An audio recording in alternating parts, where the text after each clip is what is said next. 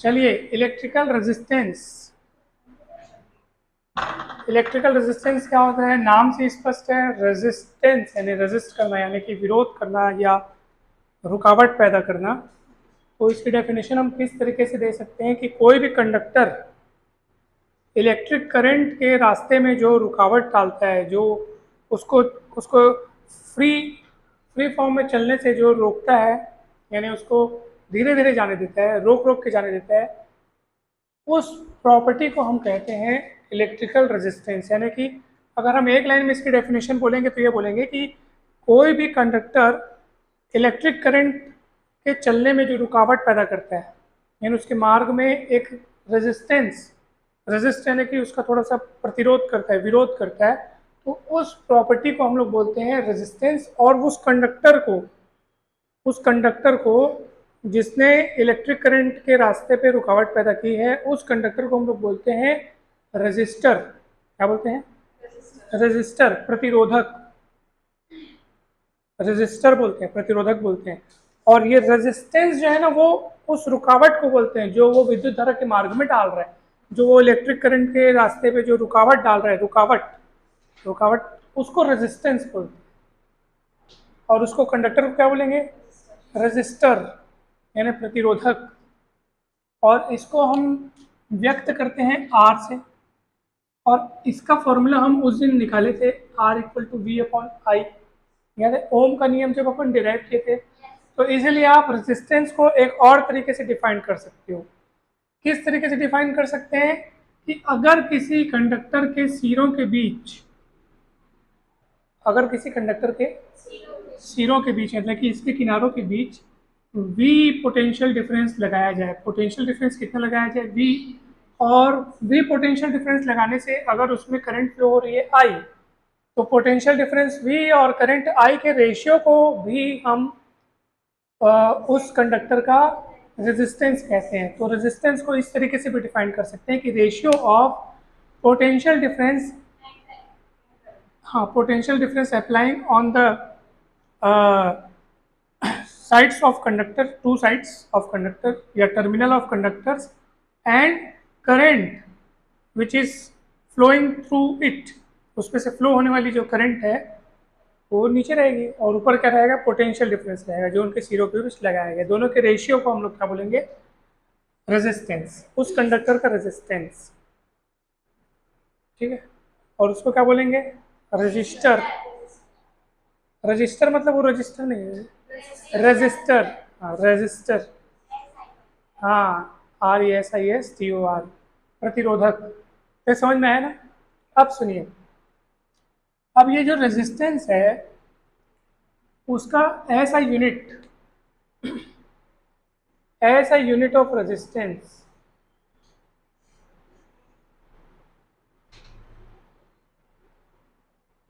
ऐसा unit of resistance is ओम। और उसका सिंबल है ये उसका सिंबल है ओम। ऐसा यूनिट है प्रतिरोध का, ऐसा ही मात्रक कौन है? ओम। और ये उसका चिन्ह है, यानी कि जैसे कोई, और उसका चिन्ह मतलब रेजिस्टेंस का जो सर्किट में हम सिंबल किस तरीके से दिखाते हैं? ऐसे दिखाते हैं,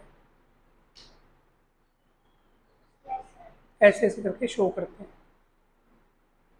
समझ में आ रहा है? तो जैसे मान लो ये रेजिस्टेंस की वैल्यू 5 ओम है, तो हम ऐसे लिखते हैं 5 ओम। समझ में आया? ये ओम का चिन्ह है। तो ये हो गया ऐसा यूनिट ऑफ रेजिस्टेंस। यहाँ से आप V पोटेंशियल है तो उसका यूनिट वोल्ट, और I करंट है तो उसका यूनिट एम्पियर। तो वोल्ट प्रति एम्पियर भी बोल सकते हैं हम लोग। क्या बोल सकते हैं? वोल्ट प्रति एम्पियर, या उसको हम लोग डायरेक्ट ओम लिखेंगे। ओम ही ज़्यादा प्रचलित है, ज़्यादा फेमस है, ज़्यादा चलन में है ये, तो हम ओम इस्तेमाल करेंगे। अब हम ये देखेंगे कि R का डायमेंशनल फार्मूला कैसे निकालेंगे। R का डायमेंशनल फार्मूला, तो उसके लिए हमको V का डायमेंशनल फार्मूला पता होना चाहिए, और I का। तो I के लिए तो हम एम्पियर लिखते हैं, करंट है वो। और V जो होता है वो क्या होता है? वो होता है W/Q। आपको पता है कैसे VW/Q होता है? याद करो, V जब हमने सबसे पहली बार डिफाइन किया था, तो V को किस तरीके से डिफाइन किया था? यूनिट चार्ज को इन्फिनाइट से लेकर के किसी पॉइंट तक, इलेक्ट्रिक फील्ड के किसी पॉइंट तक लाने में जितना वर्क डन करना पड़ता है उसको पोटेंशियल बोलते हैं, याद है? इसलिए वी की जगह हम लोग क्या लिखते हैं, W/Q लिखते हैं। समझ में आ रहा है?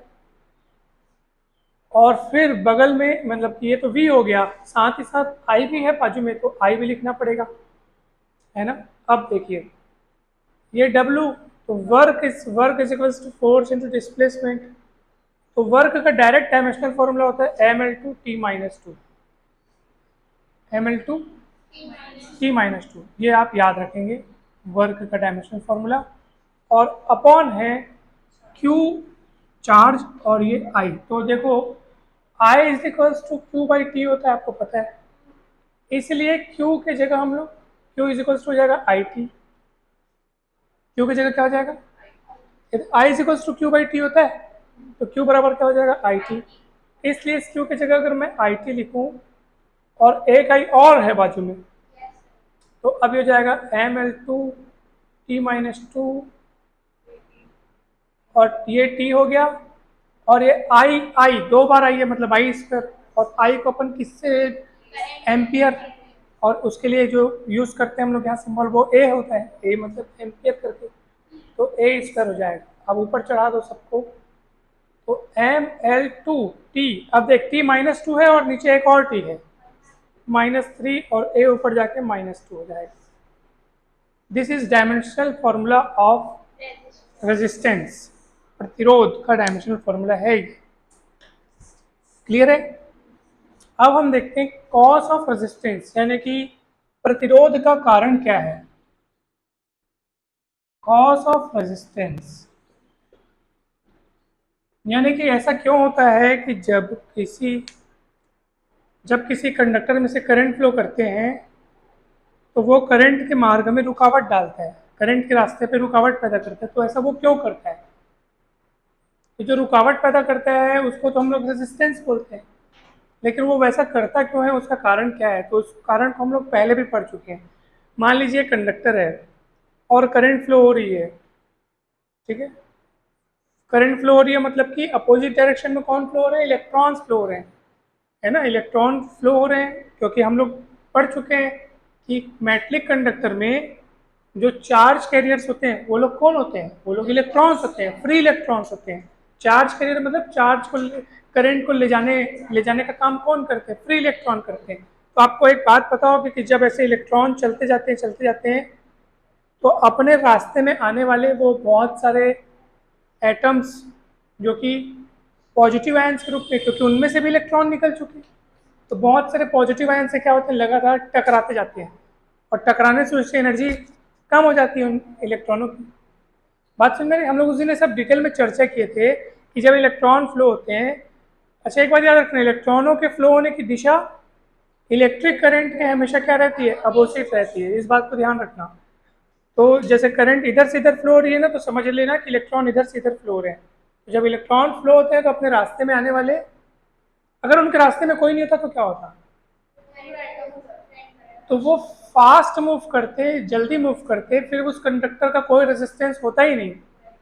लेकिन ऐसा नहीं होता, क्योंकि कंडक्टर में तो बहुत सारे इलेक्ट्रॉन्स होते हैं, बहुत सारे फ्री इलेक्ट्रॉन्स होते हैं, और वो सब जो इलेक्ट्रॉन्स हैं उनके निकलने से सारे एटम्स पॉजिटिव आयन रहते हैं, पॉजिटिव आयन के फॉर्म में रहते हैं, और उस इलेक्ट्रॉन के रास्ते में कौन आते हैं, पॉजिटिव आयन्स आते हैं। उन पॉजिटिव आयन से बार बार उसको टकरा टकरा करके गुजरना पड़ता है, और टकराएगा तो उसकी स्पीड बार बार क्या होगी, कम हो जाएगी। मतलब एक तरीके से वो रुकावट का सामना करते हुए जा रहा है।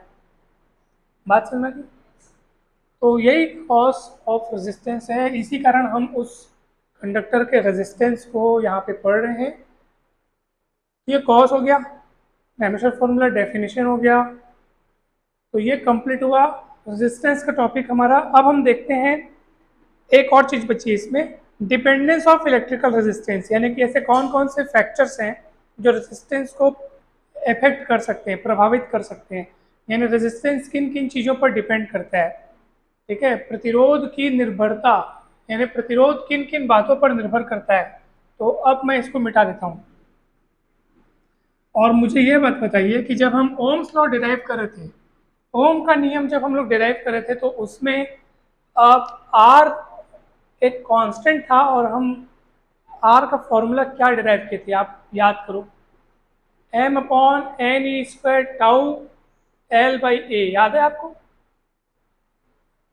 ओम का नियम जब हम लोग डिराइव किए थे ना, तो v/i करके इस पक्ष में एक पूरा कांस्टेंट था, उस कांस्टेंट को हम लोग r नाम दिए थे। अब पढ़ के आए हैं पिछले कक्षा वाला, परसों वाला पढ़ के आए घर से? कोई नहीं पढ़ा है?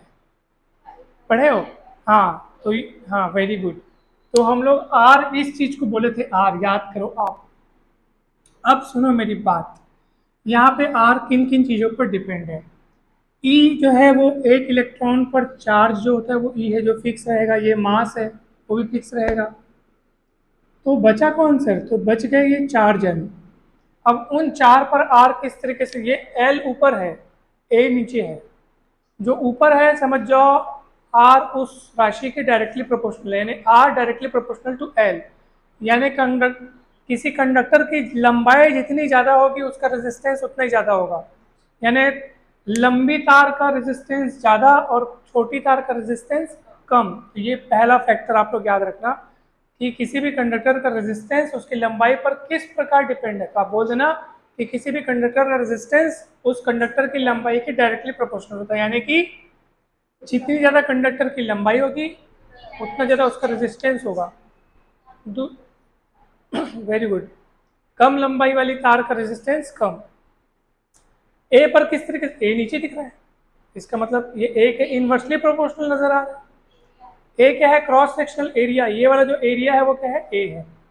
ए ज्यादा होगा तो आर कम होगा। इनवर्सली प्रोपोर्शनल का ऐसा ही नाता रहता है। इनवर्सली प्रोपोर्शनल मतलब क्या होता है? यही होता है कि एक तरफ की राशि को बढ़ाओगे तो दूसरी की राशि कम। इनवर्सली, डायरेक्टली में क्या है? दोनों साथ साथ बढ़ेंगे या साथ साथ कम होंगे। लंबाई बढ़ेगी तो प्रतिरोध बढ़ेगा, लंबाई कम होगी तो प्रतिरोध कम होगा। नहीं समझ में आया क्या? एक बढ़ेगा तो एक के बढ़ने से दूसरा बढ़ेगा, एक के कम होने से दूसरा कम होगा। और इनवर्सली प्रोपोर्शनल का नाता कैसे रहता है? एक के बढ़ने से दूसरा कम होता है और एक के घटने से दूसरा बढ़ता है। तो इसका मतलब क्या है सर? कि ए अगर ज़्यादा रहेगा, क्रॉस सेक्शनल एरिया ज़्यादा रहेगा, तो ऐसे कंडक्टर का रेजिस्टेंस कम रहेगा। ऐसे कंडक्टर का रेजिस्टेंस क्या रहेगा? कम रहेगा। अब क्रॉस सेक्शनल एरिया ज़्यादा होने का मतलब क्या है बताओ? तार का मोटा होना। तार मोटी रहेगी तो क्रॉस सेक्शनल एरिया क्या रहेगा? ज़्यादा रहेगा। इसका मतलब मोटी तार का रेजिस्टेंस कम और तार एकदम पतली है। तार पतली है तो क्या होगा? उसका क्रॉस सेक्शनल एरिया बहुत कम रहेगा और ए कम रहेगा तो आर क्या रहेगा? ज़्यादा रहेगा। इसका मतलब पतली तार का रेजिस्टेंस ज़्यादा और मोटी तार मतलब क्रॉस सेक्शनल एरिया ज़्यादा, तो मोटी तार का रेजिस्टेंस कम, पतली तार का रेजिस्टेंस ज़्यादा। और इधर लंबी तार का रेजिस्टेंस ज़्यादा, छोटी तार का रेजिस्टेंस कम। समझ गए ना? आगे देखते हैं। तीसरा, R is inversely proportional to N दिख रहा है। दिख रहा है क्या? What is N? N क्या है बताऊं? उस कंडक्टर के यूनिट वॉल्यूम में इलेक्ट्रॉनों की संख्या, number of electrons in per unit volume of conductor, यानी कि चालक के प्रति एकांक आयतन में इलेक्ट्रॉनों की संख्या पर यूनिट वॉल्यूम में। छोटी सी जगह में कितने सारे इलेक्ट्रॉन्स भरे पड़े, तो वो अगर मान लीजिए हाँ, पर यूनिट वॉल्यूम में इलेक्ट्रॉनों की संख्या अगर ज़्यादा है, एन ज़्यादा है, तो आर क्या होगा? कम होगा। क्यों? इनवर्सली प्रोपोर्शनल का रिलेशन ही कुछ ऐसा है कि एक राशि के बढ़ने पर दूसरी कम होगी और एक के कम होने पर दूसरी बढ़ेगी। एन कम होगा तो आर ज़्यादा होगा, आर ज़्यादा, एन ज़्यादा होगा तो आर कम होगा। नहीं समझ में आया क्या? अब बोलोगे सर ये समझ में तो आ गया कि एक के कम होने से एक ज़्यादा होता है, एक के ज़्यादा, लेकिन वो होता क्यों है और होता कैसे? सुनो मेरी बात।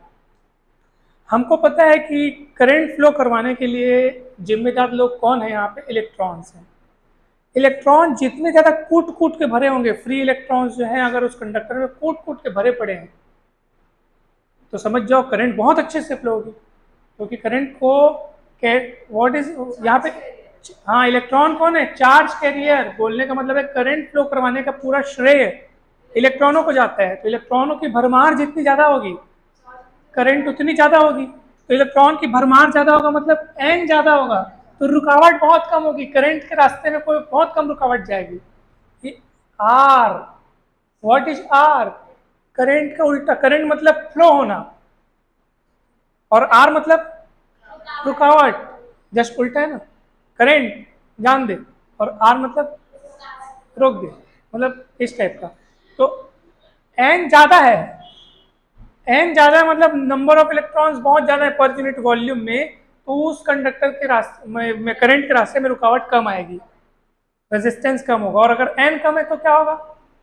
एन कम है, इलेक्ट्रॉनों की भरमार नहीं है, तो करंट को ले जाने का पूरा क्रेडिट तो इलेक्ट्रॉनों को रहता है बेचारों को, और उन्हीं की संख्या ज़्यादा नहीं है, तो करंट की वैल्यू कम होगी। या ऐसा बोलो कि सर उसमें रेजिस्टेंस होगा वो ज़्यादा होगा। समझ में आ रहा है ना? आपको पता है पर यूनिट वॉल्यूम में इलेक्ट्रॉनों की संख्या सबसे ज़्यादा किसमें होती है? चांदी में, यानी सिल्वर में। इसलिए सिल्वर का रेजिस्टेंस सबसे कम होता है, इसलिए सिल्वर अपने में से होकर के करंट को सबसे अच्छे से फ्लो होने देता है। इसलिए सिल्वर जो है वो सबसे बेस्ट कंडक्टर ऑफ इलेक्ट्रिसिटी है। सबसे अच्छा कंडक्टर कौन है? सिल्वर, चांदी। ठीक है, तो ये तीसरी चीज थी। अब चौथी चीज देखेंगे, R is inversely proportional to how tau. ठीक है, R is inversely proportional to tau. What is tau? Time of relaxation. उसके भी इनवर्सली प्रोपोर्शनल है भाई। अब ये कैसे, इसको कैसे समझाया जाए? तो सुनो मेरी बात। What is time of relaxation, या रिलैक्सेशन टाइम क्या है मुझे बताइए। मैं उस दिन आपको अच्छे से समझाया था। जब कोई इलेक्ट्रॉन आगे बढ़ता है, जब कोई इलेक्ट्रॉन आगे बढ़ता है तो अपने रास्ते में आने वाले वो पॉजिटिव आयन से टकराता है। फिर हाँ, दो क्रमागत टक्करों के बीच लगे समय को कहते हैं श्रांति काल। कौन सा काल? श्रांति, शांति नहीं, श्रांति काल, यानी रिलैक्सेशन टाइम। जैसे एक बार टकराया, फिर हाँ, फिर कितने जितने समय बाद वो टकरा रहा है, हाँ, बीच का जो समय लगा है उसको उसको बोलते हैं। तो वो अगर जितना ज्यादा होगा उतना रेजिस्टेंस कम होगा, और ये सही भी है। जैसे अभी टकरा रहा है, उसके बाद बहुत देर बाद टकरा रहा है, इसका मतलब उसके बीच के रास्ते को उसने बढ़िया तरीके से जल्दी जल्दी कवर अप किया है, जल्दी चल के गया है। और अगर ये टाइम ऑफ रिलैक्सेशन मान लो बहुत कम है, बहुत कम मतलब अभी टकराया फिर 2-3 सेकंड बाद फिर टकराया, फिर 2-3 सेकंड भी ज्यादा है ना इसके लिए। तो हम लोग बटन ऑन करते हैं और स्विच चालू हो जाता है, पंखा चालू होता है, सोचो। इसका मतलब एक पल की भी देरी नहीं होती। ठीक है, तो हाँ, मैं क्या बोल रहा था कि ये जो टाइम ऑफ रिलैक्सेशन है, अगर मान लो कम हो मतलब कि एक टक्कर हुई, फिर थोड़ी देर बाद एकदम कम समय बाद दूसरी टक्कर हो रही है, तो इलेक्ट्रॉन बार बार अपनी एनर्जी बार बार क्या खोते जाएगा, बहुत होते जाएगा, बहुत सारा हीट भी लॉस हो सकता है, एनर्जी लॉस हीट के रूप में भी हो सकता है। ऐसे कंडक्टर रेजिस्टेंस बहुत ज़्यादा होगा, इलेक्ट्रॉनों को बहुत ज़्यादा। अब लेना तो भीड़ में हम लोग जा रहे हैं और जल्दी जल्दी लोगों से टकरा रहे हैं, इसका मतलब क्या है कि भीड़ ज़्यादा है और आपको चलने में दिक्कत आ रही है। और अगर आप लेट लेट से टकरा रहे हैं, भीड़ कम है और आपको चलने में सहूलियत हो रही है, ऐसे ही समझोगे ना। अब प्रश्न ये उठता है सर कि टाउ का बढ़ना और घटना किस पर निर्भर है? बहुत दम वाली बात है। देखो, अगर मान लो मैं कंडक्टर का टेम्परेचर बढ़ा, टेम्परेचर क्या कर रहा हूँ मैं? बढ़ा रहा हूँ। टेम्परेचर बढ़ाने से क्या होगा पता है? इलेक्ट्रॉनों की काइनेटिक एनर्जी बढ़ेगी, उनको हीट मिलेगी, एनर्जी मिलेगी, बढ़ेंगे आगे, जोश जोश में जल्दी जल्दी टकराएंगे उन लोग। तो जल्दी टकराएंगे तो टाउ कम हो जाएगा। टाउ मतलब कि एक टक्कर के बाद बहुत ही कम समय में दूसरी टक्कर होगी, क्योंकि उनकी एनर्जी, अब अंधाधुंध चल रहे हैं ना, एनर्जी बढ़ गई है। एक टकराएंगे, दूसरा टकराएंगे, तीसरा वो जल्दी जल्दी टकराएंगे, तो टाउ कम रहेगा तो आर क्या हो जाएगा? ऑटोमेटिक बढ़ जाएगा। इसका मतलब इससे एक और बात सीखने को मिली कि टेम्परेचर बढ़ाते जाने से, टेम्परेचर बढ़ाने से उस कंडक्टर का रेजिस्टेंस बढ़ जाता है। हाँ, resistance is directly proportional to temperature. हमको आर को मेन रखना है ना, हमको ये थोड़ी पता रहे कि टेम्परेचर बढ़ जाता है हम, हाँ, टेम्परेचर हो गया।